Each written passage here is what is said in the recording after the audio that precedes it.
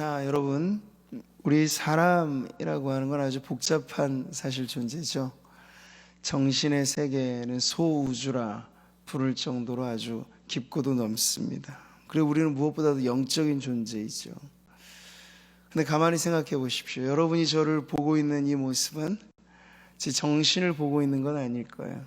눈에 보이지 않는 영혼을 저희가 보고 있는 것 아닐 것입니다.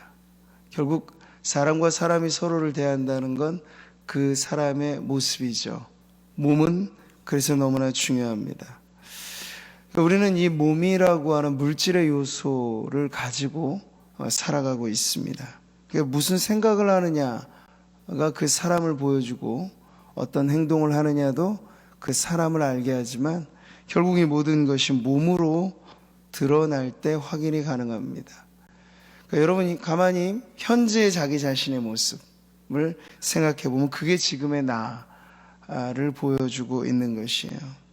현재 나를 보여주는 것이 바로 이 몸입니다. 나를 사랑하는 가장 확실한 결심이라는 부제가 붙어있는 이 책, 이 한근태 대표가 쓴 몸이 먼저다 는 건강한 몸을 가꿈으로써 행복한 삶을 사는 비결에 대해서 이렇게 말합니다. 몸을 제대로 만들기 위해선 정직, 성실, 지식이 필요하다. 그러니까 몸은 정직하다. 수십 년 걸쳐 만들어진 몸을 어떻게 2달 만에 바꿀 수 있겠는가? 그러니까 이 2달 다이어트 이런 유혹에 여러분이 연말 연초에 빠지기가 쉬운 거예요. 이것만 드셔보세요. 한 달 만에 효과를 봅니다.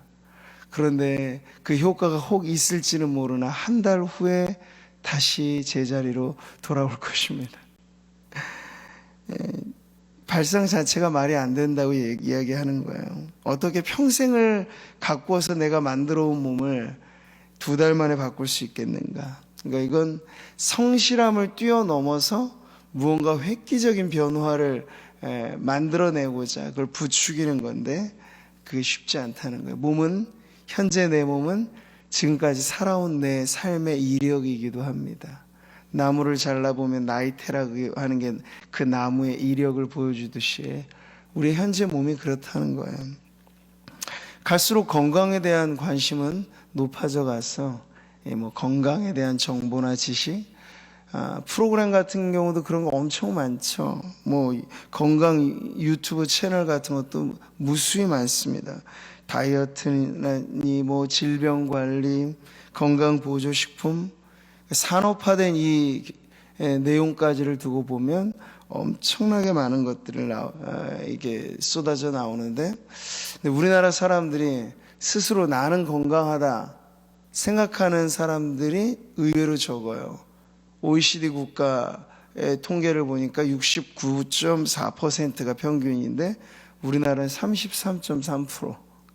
그러니까 우리나라 사람들에게는 이런 것에 대한 판매나 어떤 그런 그 노력을 이렇게 많이 강조하게 되는 게 필요한 거죠.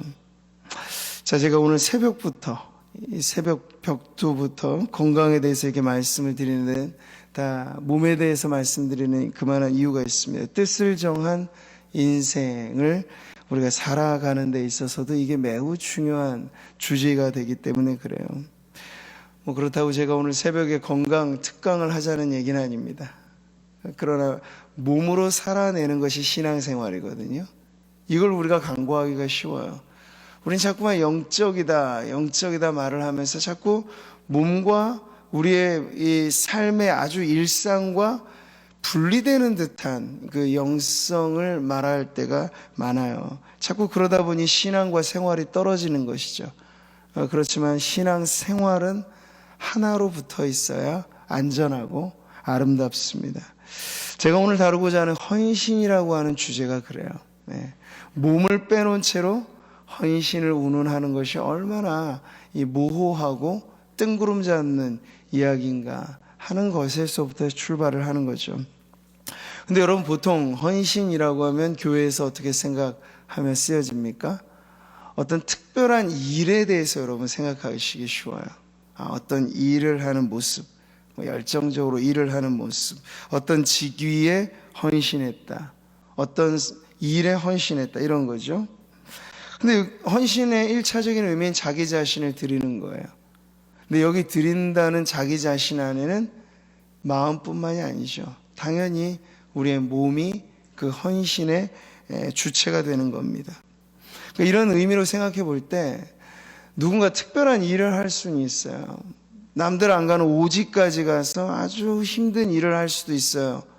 그런데 헌신하지 않고 그 일을 할 수도 있다는 거예요. 몸을 온전히 하나님 앞에 드리지 않은 채, 몸과 마음이 혼연일체가 되어서 하나님 앞에 나아가지 않은 채 그 일을 하기도 쉽다는 거죠. 영적으로 우리가 아무리 고상한 일을 한다 할지라도 그 기초는 아주 단순한 데서부터 시작이 되는 겁니다. 일상이라고 하는, 우리 몸이 살아내는 이 공간은 아주 평범한 인생의 무대이죠. 자, 그렇기 때문에 남다른 일, 어떤 특별한 일에 헌신을 국한짓는 것은 잘못된 생각입니다. 그러면 일상이란 우리의 삶의 무대가 텅 비어진 채로 아주 특별한 일로서만 헌신을 취급하게 되는 건, 마치 여러분 배우가 자기하고 다른 캐릭터를 연기하잖아요. 연기. 요즘에는 뭐 부캐라는 말이 아주 인기 있어요. 세컨 캐릭터 이런 느낌인데, 그러니까 자기 안에 또 다른 어떤 부수적인 캐릭터를 많이 갖고 살아가는 거예요. 근데 그 사람이라고 말했을 때 그 본질은 고유한 가치를 가지고 있는데, 우리가 이런 일련의 헌신에 대한 어떤 특정화된 일 개념으로 이 헌신을 생각했을 땐 그게 붕 떠버리는 개념이 되는 거예요. 자, 오늘 말씀은 그런 점에서 우리로 하여금 헌신의 참된 의미를 가르쳐 줍니다. 우리 1절 말씀 다시 한번 읽어보죠. 그러므로 형제들아, 내가 하나님의 모든 자비하심으로 너희를 권하노니 너희 몸을 하나님이 기뻐하시는 거룩한 산 제물로 드리라. 이는 너희가 드릴 영적 예배니라. 아시다시피 로마서는 이 교리와 어떤 삶의 적용의 균형을 이 12장부터 이어갑니다. 11장까지를 크게 잡으면 이 교리적인 가르침, 그리고 12장부터는 삶으로의 실천을 이제 강조하는 것인데, 여기서 바울이 강조하는 것은 아무리 고상한 기독교 진리라 할지라도 삶으로 체화되지 않으면 의미가 없다, 이걸 강조하는 거예요. 여러분, 예수 그리스도께서 우리를 아무리 사랑하신다, 하나님이 아무리 사랑하신다 말씀만 해도 이 땅에 몸을 입고 말씀이 육신이 되는 성탄의 사건이 없었다면 우리가 그걸 확인할 길이 사실 없잖아요. 이 성육신이라고 하는 메시지가 성탄의 핵심이듯이 성도로서 살아가는 우리의 삶에 있어서도 복음의 진리는 삶으로 구현되어야 한다 하는 것이 사실은 교리가 실천으로 넘어가는 매우 중요한 내용이에요. 자, 우리 모두는 그리스도의 보혈로 하나님께 값없이 의롭다함을 받았습니다. 그게 이제 구원의 여정에서 매우 중요한 칭의의 단계이죠. 근데 그게 목적지라고 말하지는 않아요. 오히려 새로운 출발입니다. 그 다음부터는요, 그리스도의 인격을 닮아 우리가 의로워지는 실제적인 변화예요. 이걸 성화라고 말하죠. 이 동전의 양면처럼 붙어 있는 것입니다. 그러니까 우리가 헌신을 주제로 하나님 앞에 무언가 뜻을 정한다라고 했을 땐 바로 이 성화의 삶에 매우 중요한 내용이 있다는 거예요. 자, 바울은 복음으로 변화된 성도들의 삶을 말하면서 무엇을 이야기합니까? 몸을 이야기하고 있어요. 하나님의 자비를 근거로 권면할 때 너희 몸을 이렇게 다루고 있다는 거죠. 자, 여기 몸이란 물론 전인적인 것을 다 포함합니다. 물질적인 요소만이 아니라 우리의 정신과 우리의 마음 모든 걸 다 포함하는 의미이죠. 그렇지만 그럼에도 불구하고 간과해서는 안 될 것이 몸이라고 하는 물질의 요소가 이 안에 반드시 들어가 있다는 거예요. 산 사람과 죽은 사람의 가장 큰 차이가 뭘까요? 영혼은 불멸하잖아요. 성도의 영혼이든 비신자의 영혼이든 영혼은 불멸합니다. 영원한 생명으로 가든지 영원한 심판을 받든지, 이 죽음으로 끝나지 않는 게 인간의 영혼인데, 근데 죽음으로 인해서 일어난 결정적 변화는 인간의 몸에 일어나는 변화예요. 움직이지 않죠. 아무리 찔러도 반응하지 않죠. 죽은 몸은 그렇습니다. 움직이지 않는다는 게 죽은 몸의 특징이에요. 그리고 아주 급속도로 부패해 가는 거죠. 그러니까 살아있다는 건 여러분 몸으로 반응하는 거야. 그 신앙이 건강하다라고 하는 건 몸으로서 표현되어지는 신앙을 의미하는 것이지, 이것저것 다 없이 우리가 모호하게 영적인 건강을 운운할 수 없다는 거죠. 몸으로 반응하는 믿음이고, 몸으로 표현해내는 소망이고, 몸으로 나타내는 사랑이 신앙생활인 것입니다. 자, 그러니 오늘 말씀은 다시 한번 그 몸으로 드려지는 헌신에 대해서 가르쳐주고 있어요. 너희 몸을 하나님이 기뻐하시는 거룩한 산 제물로 드리라. 바울은 이 말씀을 통해서 구약시대 유대인들이라면 누구나 다 알고 있는 제사법에 대해서 이야기를 하는 거죠. 하나님께 제물로 바쳐지는 것은 짐승의 몸과 피입니다. 거기서도 아주 물질적인 요소가 들어가 있어요. 이를 위해서 먼저 살아있는 짐승을 구별해내죠. 흠없고 점없고 하는 어떤 제물로서의 요건에 부합하는 것을 골라내는 것입니다. 이게 이제 거룩한 제물이라는 것인데, 근데 바울은 획기적이게도 이 구약시대 제사 때 바쳐졌던 제물들의 자리에 성도들의 몸을 대입시키고 있는 거예요. 그 원래대로 하자면 여러분, 몸을 제물로 바쳐라. 그럼 몸은 죽어야 되는 것이고, 어디 죽기뿐입니까? 각을 떠야 되는 것이고, 그리고 번제로 온전히 태워서 바쳐야 되는 거죠. 근데 지금 바울이 인신제사나 이런 끔찍한 이야기를 하는 것이 아니에요. 안심하셔도 돼요. 왜냐하면 이 제물은 제물이로되 살아있는 제물이라 표현하고 있기 때문이죠. 거룩한 산제물, 살아있는 상태로 드려지는 성도의 몸에 대해서 말씀하고 있어요. 여러분, 이것이 헌신이라는 것의 참다운 의미입니다. 몸과 마음을 일체로 드리는 것. 내 마음만 받으소서, 이런 일은 없어요. 마음과 함께 몸이 드려지는 것. 여러분, 이 새벽의 특세도 그렇잖아요. 마음엔 원이로되 육신이 약하다. 헌신은 그 약한 육신을 데리고 와서 기도의 자리에 무릎을 꿇히는 거예요. 헌신이란 그런 것입니다. 마음만으로 헌신한다는 건 가능하지 않은 일이에요. 몸으로 살아내는 일상의 모든 삶에서 헌신은 우리의 아름다운 고백이 되는 것이죠. 자, 이럴 때 우리는 뜻을 정해 헌신한다 라는 것에 있어서 매우 구체적인 실천의 요소들이 이 안에 있다는 걸 알게 되는 거죠. 너희 몸은, 같이 한번 이 말씀 읽어보겠습니다. 너희 몸은 너희가 하나님께로부터 받은 바 너희 가운데 계신 성령의 전인 줄을 알지 못하느냐. 너희는 너희 자신의 것이 아니라 값으로 산 것이 되었으니 그런즉 너희 몸으로 하나님께 영광을 돌리라. 성경에 보면요, 이런 유사한 가르침이 얼마나 많은지 몰라요.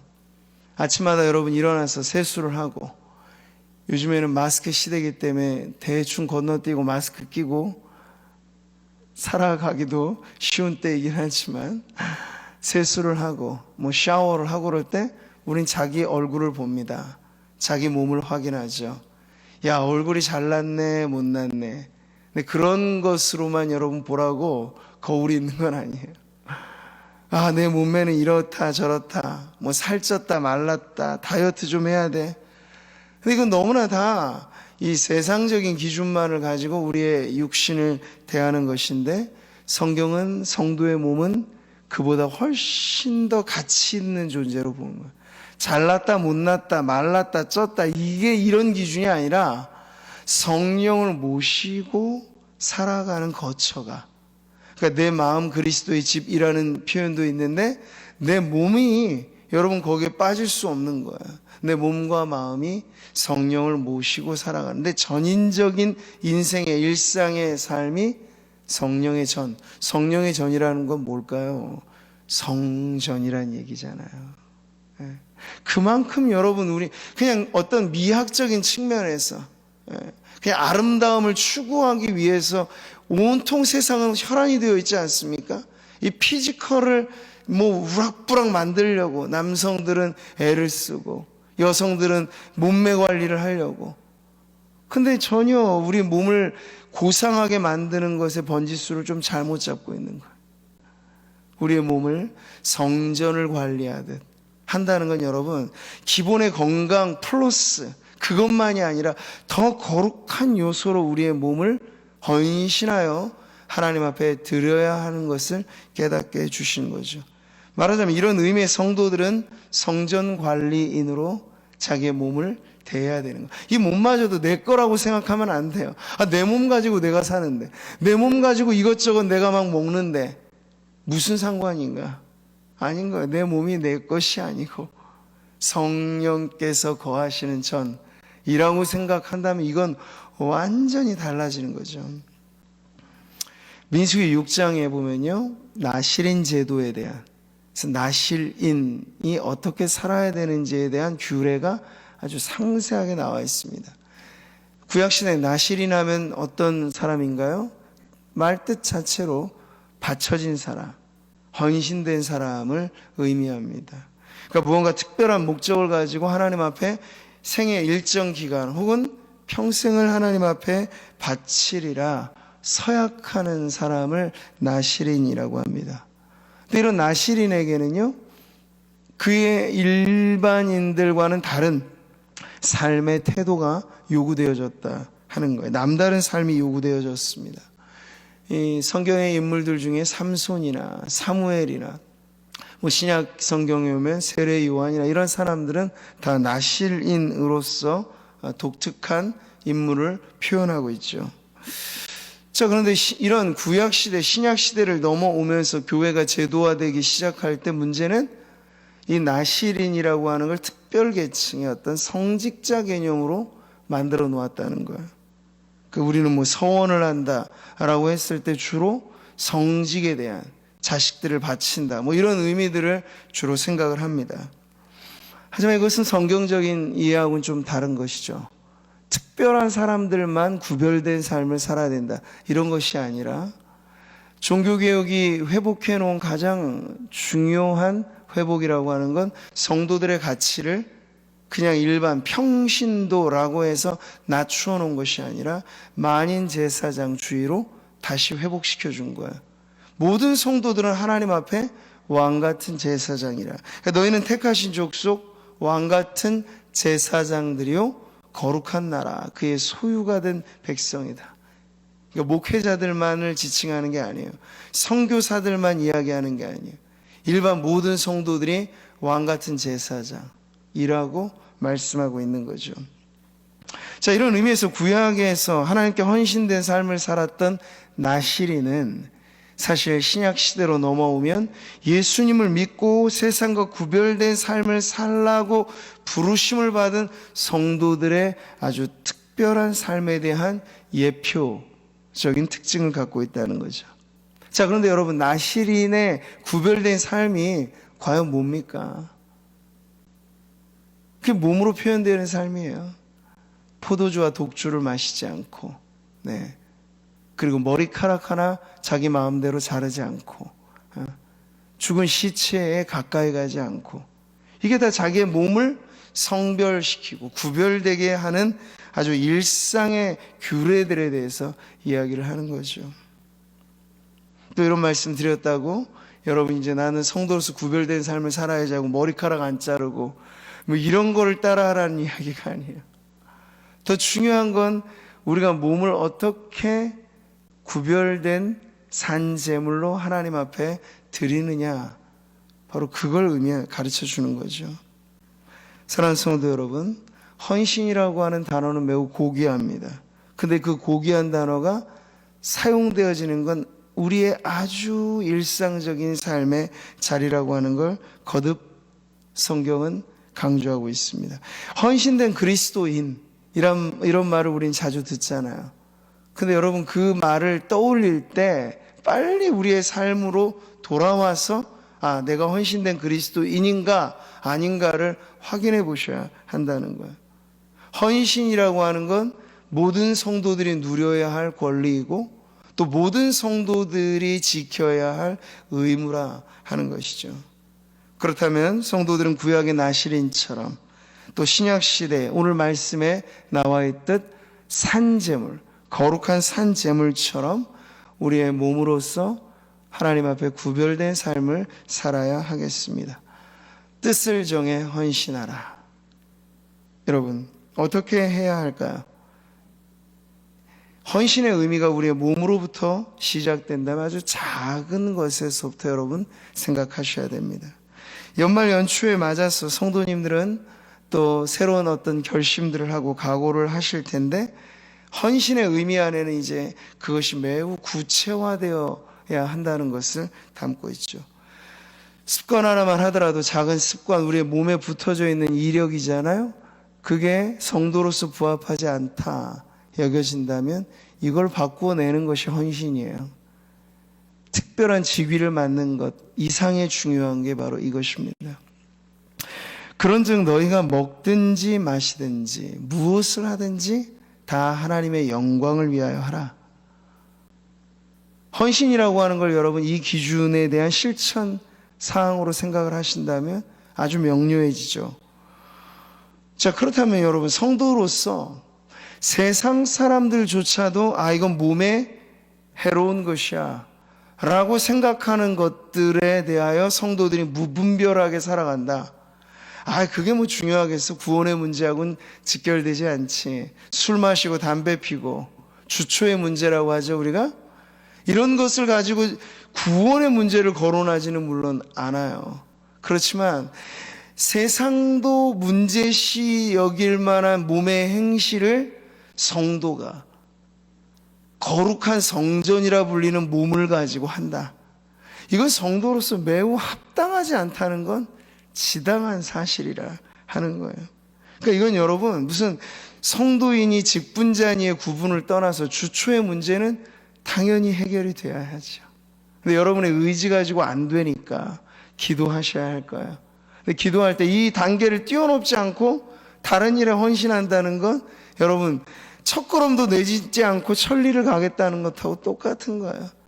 내 안에서부터, 내 그릇된 삶의 방식에서부터 하나하나가 아주 작은 것에서부터 제자리를 찾을 때 그 사람이 어떤 일을 하느냐가 거룩한 일이 되는 것이지, 내 안에서 내 삶에서 내 몸의 개조와 변화 헌신이 없이 그 일 자체로만 거룩해지는 것은 절대 불가능한 것입니다. 그러나 여러분 소극적인 의미는 헌신은 잘못된 걸 바로잡는 거예요. 내 몸에 잘못된 걸 바로잡는 거예요. 그 고치는 것에서부터 과감하게 헌신은 시작되는 거죠. 자, 소극적으로 우리가 고쳐야 될 것만이 아니라 우린 조금 더 적극적으로 헌신의 의미를 실천해 나갈 때 절제라고 하는 걸 반드시 떠올리게 됩니다. 왜요? 오늘 우리가 살아가는 이 세상은 과잉 공급에 과잉 소비가 무제한적으로 가동되어지는 이 현대 자본주의 시스템이라고 하는 건 어쩔 수 없어요. 무조건 찍어내야 생산이 돼야 소비가 되고, 생산과 소비가 맞물리지 않으면 경제는 마비가 됩니다. 코로나 시기에 왜 이렇게 자영업자들이나 사업이 힘들겠습니까? 경제 흐름이 원활하지 않기 때문인데, 근데 사실 그게 원활한다 할지라도 우리들에게는 늘 위험의 요소는 따르는 거예요.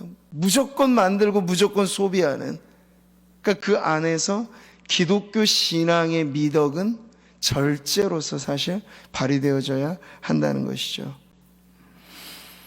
여러분 로마서 6장 13절의 말씀을 현대인의 성경으로 한번 읽어보면 이렇습니다. 같이 한번 읽어보죠.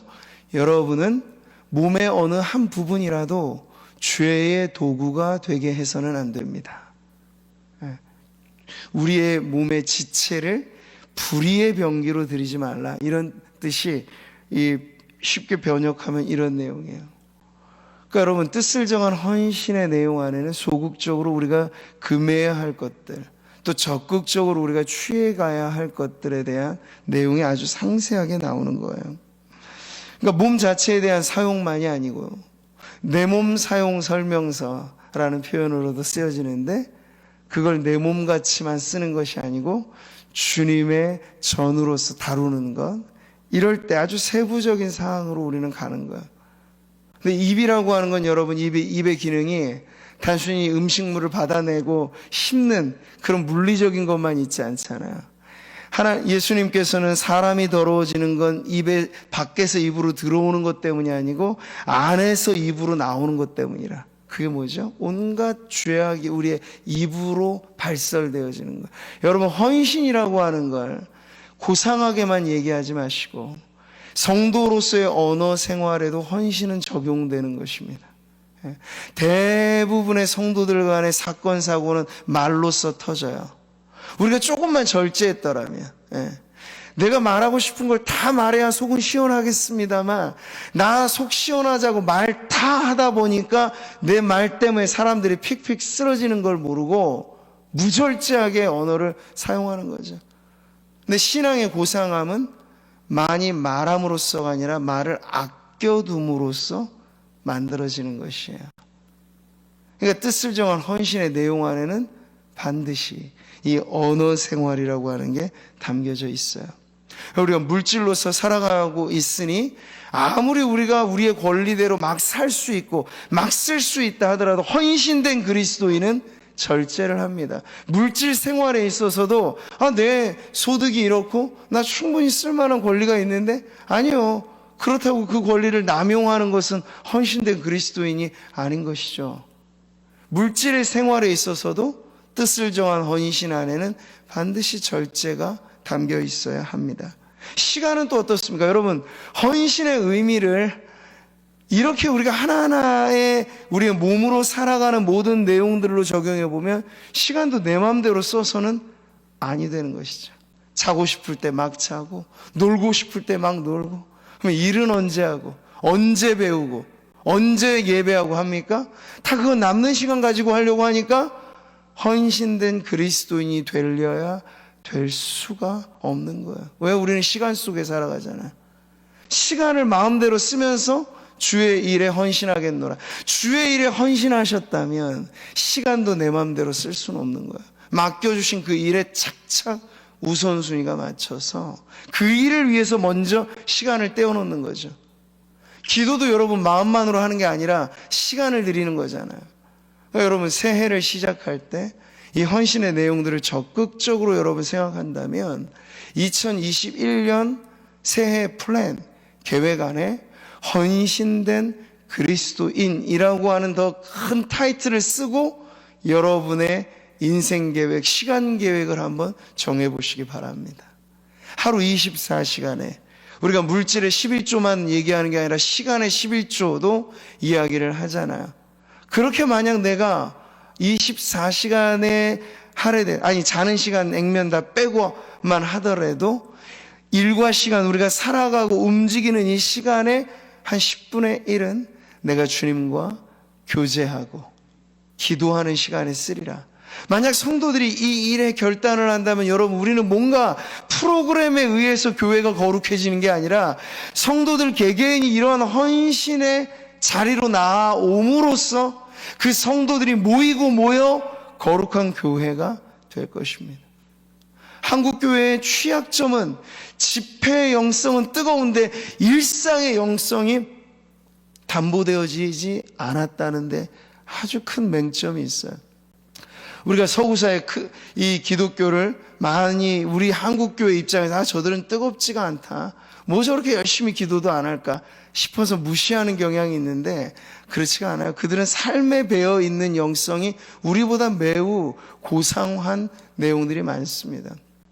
기부하는 일을 보면 어떨까요? 물질 사용에 있어서 그게 사실은 헌신의 지표라고 말할 수 있는데 그런 문화들도 이미 미국이나 서구 기독교 문화 안에는 매우 잘 정착이 되어 있는데 우리는 아직 그런 단계로 공동체가 나아가기에 부족한 부분들이 많습니다. 왜 그럴까요? 이것은 성도 개개인의 문제입니다. 성도 개개인의 삶이 헌신될 때 교회 자체가 무엇을 하든지 그 일은 헌신된 공동체의 사역이 될 수 있기 때문이죠. 사랑하는 성도 여러분, 오늘 특세 8일차 뜻을 정해 헌신하라. 저는 무언가 이전에 만약 제가 헌신에 대한 주제로 설교를 했다면 좀 더 대의 명분에 대한 것이 많이 강조가 되었던 게 아닌가 싶어요. 그런데 그것도 물론 필요합니다. 깃발을 꽂고 이리로 모여라, 뭐 젊은이들의 가슴에 불을 지르면서 어디로 갈 사람 일으키고, 그런 헌신 서약 이런 것도 물론 의미는 있겠죠. 그러나 더 중요한 건 바로 이 부분이에요. 일상을 살아가면서 우리의 몸으로 살아가는 하루 24시간, 그 성도의 하루가 얼마나 고상하고 얼마나 거룩해야 할지에 대해서 오늘 성경은 이것을 참된 헌신의 의미로 가르쳐주고 있습니다.